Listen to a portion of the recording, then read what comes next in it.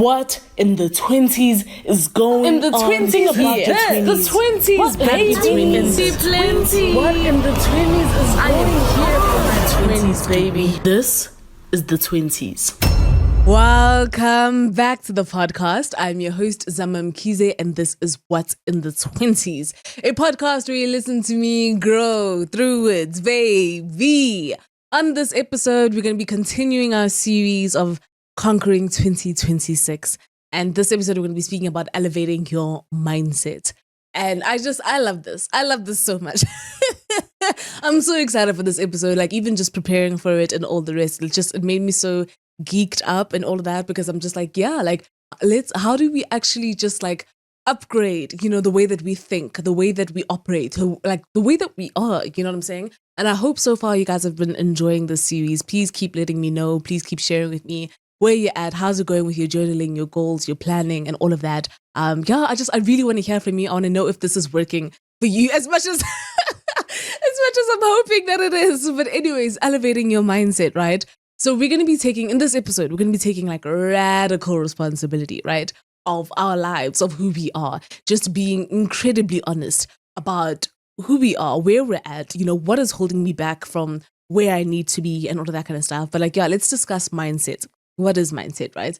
To put it kind of self-explanatory, it is like the settings of your mind, the way that your mind is kind of set to reality. So let's start with things like your beliefs, right? What do you believe, whether it's spiritually, whether it is like it has to do with just science or anything and everything? What do you consider your beliefs about something? Your beliefs about what is true and what is not? Your beliefs about what makes you certain about something, about reality, about yourself, about others, about situations. Whatever you believe becomes your mindset, because it becomes how you approach things and deal with things and stuff, because that is your set of beliefs that you've hardwired into your brain, Another thing is your attitude. We made an episode speaking about attitude, right? Your attitude towards things, when you do things so often, again, you program it into your mindset that it becomes your subconscious belief, as to how you respond to things, as to how you engage with things, as to how you show up in different settings and environments and all of that kind of stuff. Your attitude influences so much about how you experience a particular moment in time, and all of that kind of stuff, because those are your beliefs about that thing. Those are your beliefs about what you perceive that situation to be true, Another thing is your habits, right?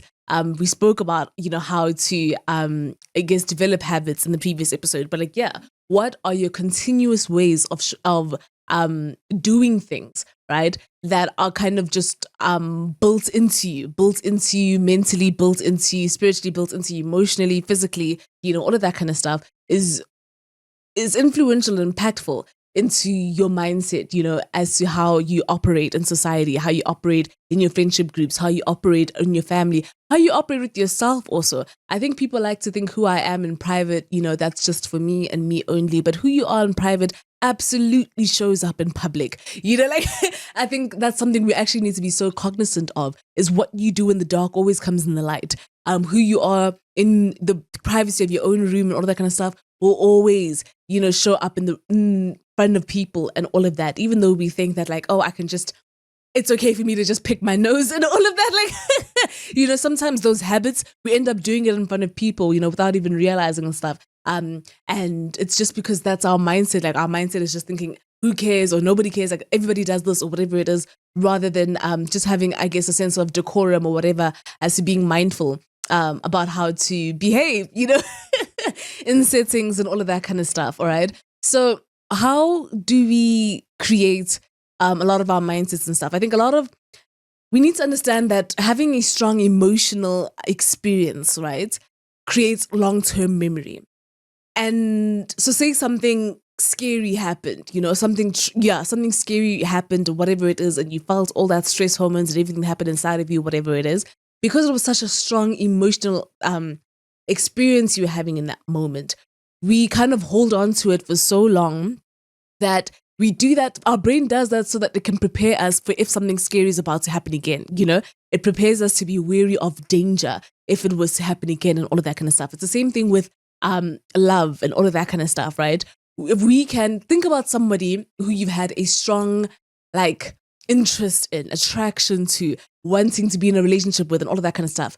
It's most of the time, it really is that like limerence or your idea of them. You had a strong emotional attachment to that experience of being in their presence or whatever it is that you idealize and create an entire relationship, whatever, that it's so difficult for you to get over them for years and years. It's hardwired into your long-term memory and your mindset, right, of them. Is to just see them as this amazing person, to see them as this person you adore, admire, want to be around, this person you're enamored about, besotted over, and all of that kind of stuff. Even though you don't even really know them, or the experience could have been so terrible being with them, but you remember them for all the good and stuff because it was such a strong emotional attachment to the beginning of it. That's what we remember. We don't remember everything, like all the little parts that happened in between and stuff that weren't so compatible, that weren't so great, that wasn't just so admirable and all of that kind of stuff. How you think and how you feel creates your being. That's what Dr. Joe Dispenza speaks about often. How you think and how you feel creates who we are as a being and stuff. So that's why I go back to your habits, to your beliefs and your attitudes and all of that kind of stuff. It's creating just how we show up in the world, as I said, those feelings, those emotions and stuff. Because if we now have a strong emotional attachment to the experience, it becomes our long-term memory, which becomes how we hardwire ourselves, in our brain and our memory, and how we act towards certain things moving forward, so that we feel better prepared for it if it were to happen again, to guard ourselves from it or to attract ourselves towards it. So again, that feeling of like being in love, now we want to do it again and again. If our brain is telling us, if you eat this piece of chocolate, you're going to feel like how you felt the last time and it felt so good. So it's going to keep wanting you to go to that place where you got that thing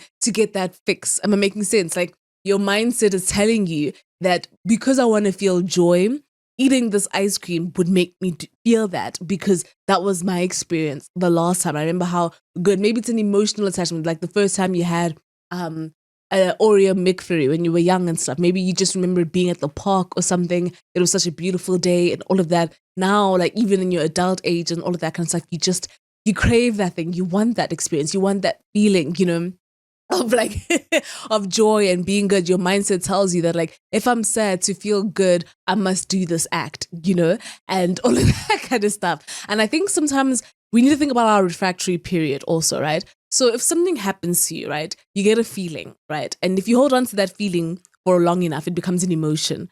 And now if you hold on to that emotion for a couple of days, right, your refractory period becomes longer.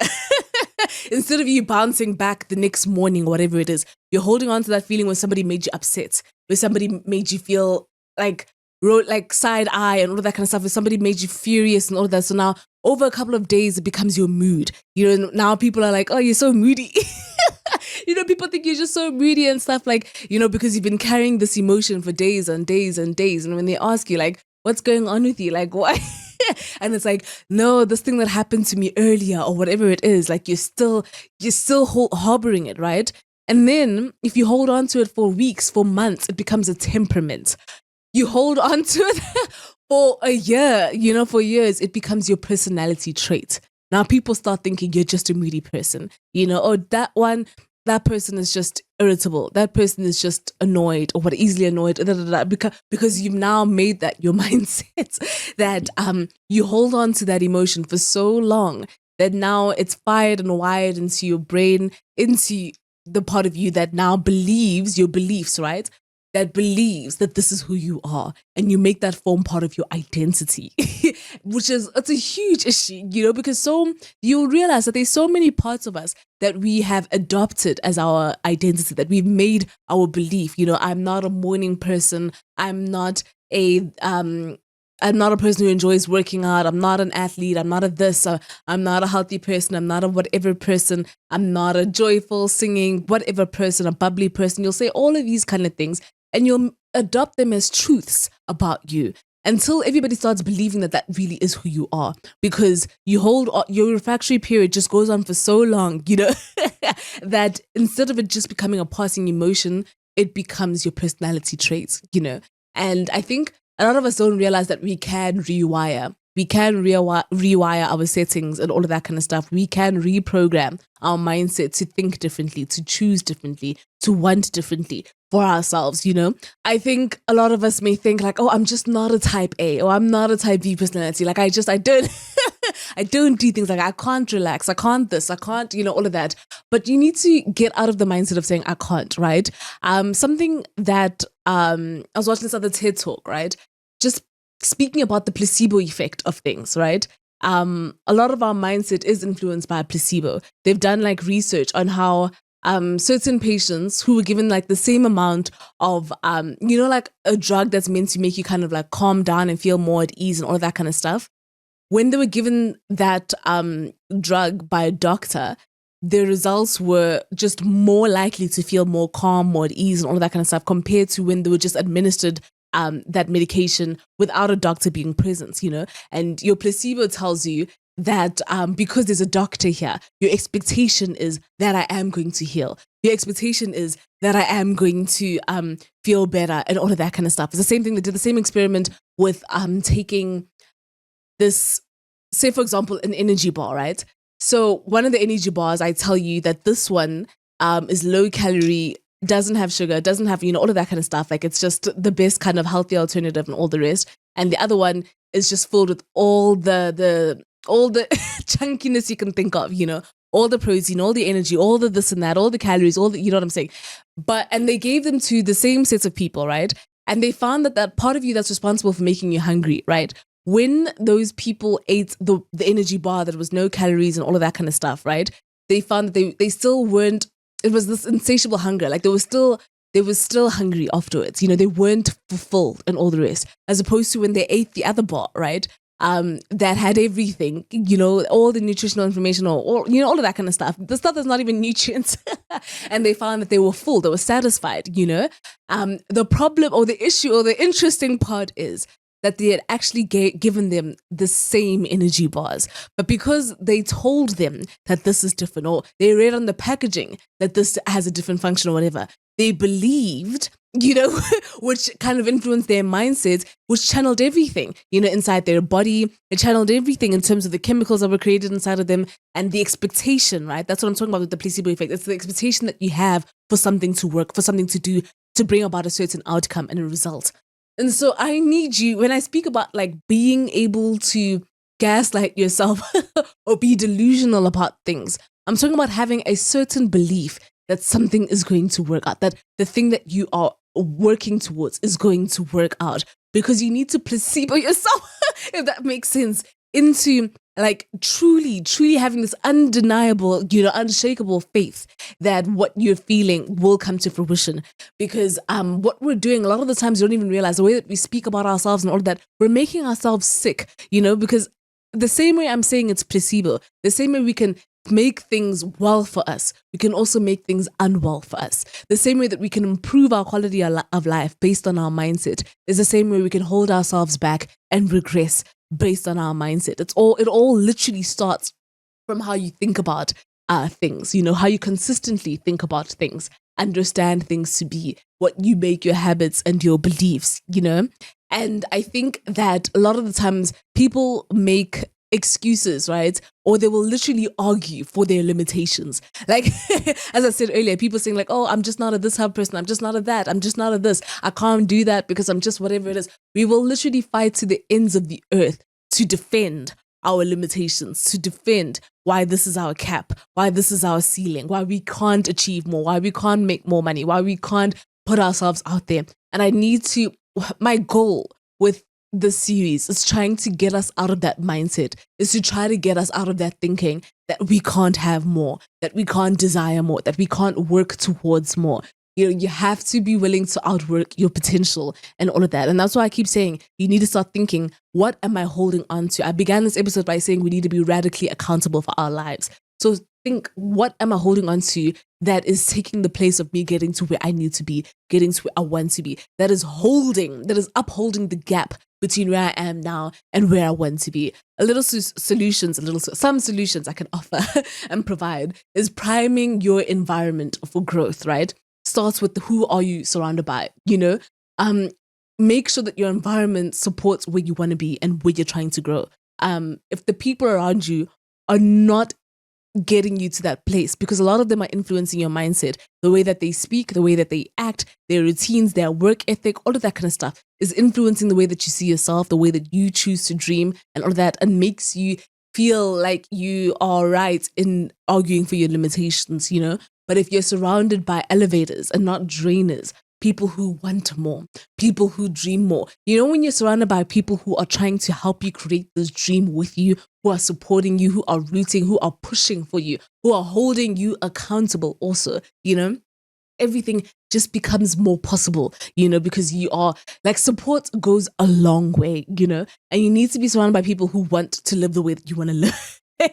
Who want to live the way you want to live, who want to be successful the way you want to be successful, who want to see themselves the way that you want to see yourself. You know what I'm saying? You need to be surrounded by people who do not, you know, entertain that negative self-talk and all of that kind of stuff, who do not entertain that feeling of holding ourselves back or whatever, who keep pushing, who keep wanting to break those boundaries and stuff. I promise you, existing in that kind of energy makes you want more, makes you want to believe in more. And like I keep saying that a lot of the times it's difficult for us to believe that we can because we don't know what's accessible to us. You know, our mind cannot conceive it. So surround yourselves with people who energetically match the vibration you're trying to vibrate on, you know, match the energy and the magnetic force that you're trying to really attract into your life and all the rest. Expose yourself to more. Expose yourself by reading more, you know, by listening to podcasts, like actually expand your mind, you know, learn different things, put yourself like the most growth we can find out of ourselves and the more we learn about ourselves usually comes from the most uncomfortable spaces. So challenge your beliefs, challenge what you think you already know, challenge what you think is already truth and stuff like that, you know, just because you've been believing a certain way all your life. Open yourself to knowledge that questions that, you know, open yourself to knowledge that offers a different kind of perspective on something. I think sometimes we don't even want to entertain it because we like the way that we are. We accept the way that we are. We say, this is who I am, this is who I'm always going to be, rather than like being open-minded to new possibilities. You know, you have to be willing to just you need to be so hungry for knowledge. You need to be so hungry for wanting to know things better, because you become easy to manipulate, you know, if you're unable to expand your mind. You become easy to influence, you know, you just take everything that you see on social media as fact and as truth. And you think that just because somebody said it, that it must be the truth, that it must be what's really going on. It very rarely, seldom mirrors reality and all of that kind of stuff. I think that if you surround yourself around a lot of successful people, I think you'll understand their mindset rarely ever think what could go wrong. You know, I know that a lot of the times I remember saying this to my family over dinner this one time where I said to them, I don't know how to explain it, guys, but I always think I'm gonna make it. I don't know how to explain it, but I always think I'm going to find a solution. I always think I'm going to figure out a plan. I don't know how, but every time when I thought that I wasn't going to make it, I somehow did, you know? And I think you need to move with that mindset, with that level of thinking, that like, you might not know how, you might not know when and all of that kind of stuff, but it's like, you need to very rarely think that it's not going to work out. You need to constantly be thinking, what if it works out exactly the way that I thought, the way that I imagined, the way that I really wanted it to and stuff like that. You really have to have that deep desire and that belief that this is going to, and I'm not even saying it in a way that like I don't ever get nervous that it won't, but I think it's just, it happens so little that like I always just think, nah, it's gonna work. It's gonna work out. It has to work out, you know? And I want you to move with that mindset and all of that. I think you need to start saying to yourself, I can, I do, and I will, you know, no matter what, no matter when, and no matter how, right? I can, I do, I will, no matter what, no matter when, no matter how. I can do this, no matter what poses a threat to me and all of that kind of stuff. I can do this, no matter what stands in the way and all of that kind of stuff, no matter what my past says and all of that, whatever it is. I do this thing, you know, no matter how it's going to happen, I will be doing it no matter, like, I feel like if you just keep saying that to yourself, I can, I do, I will, even I can, I do, I must. I must do this thing. I must push forward. I must be consistent. I must be dedicated. I must succeed. I must thrive, no matter what, no matter when, no matter how, And I think it's really going to shift your perspective on so many things, your mindset. You're going to become so unstoppable, so powerful beyond recognition because you keep believing that things are possible for you and that things are working for your good. You have to detach from distraction, from anything that is pulling you further and further away. Like you have to be so intentional about just like detaching and pulling yourself further and further away from anything and anyone that is not bringing you closer to where it is you're trying to go. I think that we keep making excuses for why certain things must stay. Enough now.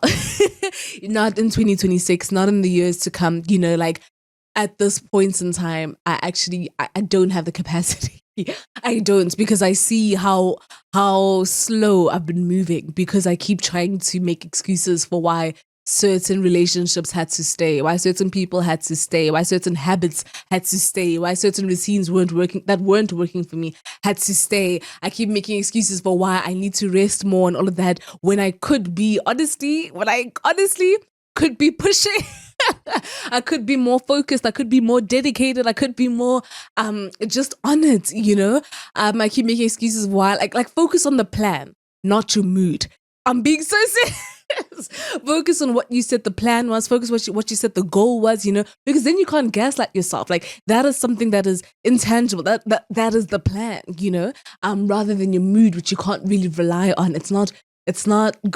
Your mood isn't going to bring you results. The plan is, and that's why distraction just because I'm feeling today or I'm feeling what, like I can't rely on that anymore. I can't use that as a motivator as to why I do things or whatever. It has to go.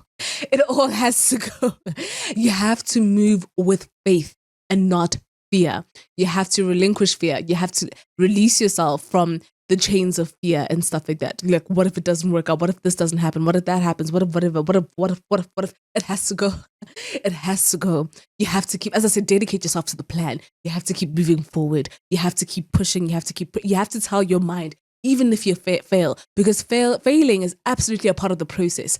Failing is absolutely a part of the plan. Failing is absolutely a part of the progress also, But you have to, as Denzel Washington says, you have to fail forwards. You can't fail and let it be where you stop and all of that, because of your fear of you failing again. Fail again then, but fail a step further, rather than taking yourself backwards and stopping. Stopping is the ultimate failure, But you have to just train your mind to believe that like every setup or whatever it is just put into place to help you get closer to where you want to be, not a setback, And I hope that these are like little tools you can take with you in terms of trying to reprogram your mind, to think differently, to create a different attitude about certain things and moments and places. That's what, do not hold on to emotions and stuff too long, that it affects your whole day and all of that you have a temperament and all of we've got things to do. We've got work to do. We've got plans to get to the end of, you know what I'm saying? We've got just things that we need to see to fruition. We need seeds that we need to grow. Like there's so much to do. I actually don't have the capacity to harbor so much emotion and resentment and pain and all of that. Like I'm trying to work on me. You have to say that to yourself. Like this year, it has to be personal. It has to be for you, And I really want that for you. I think that when you start becoming a little bit more progressive and aggressive about who it is you are and where you want to be, things are going to work out so much better for you. That's what I wanted to speak about today. Just changing your mindset, elevating your mindset. Let's just take it to the next level. Let's just choose better and want better. As always, I'm sending my love. Goodbye. What in the 20s is going on? In the 20s, yes, the 20s, baby. What in the 20s is going on? I am here for my 20s, baby. This is the 20s.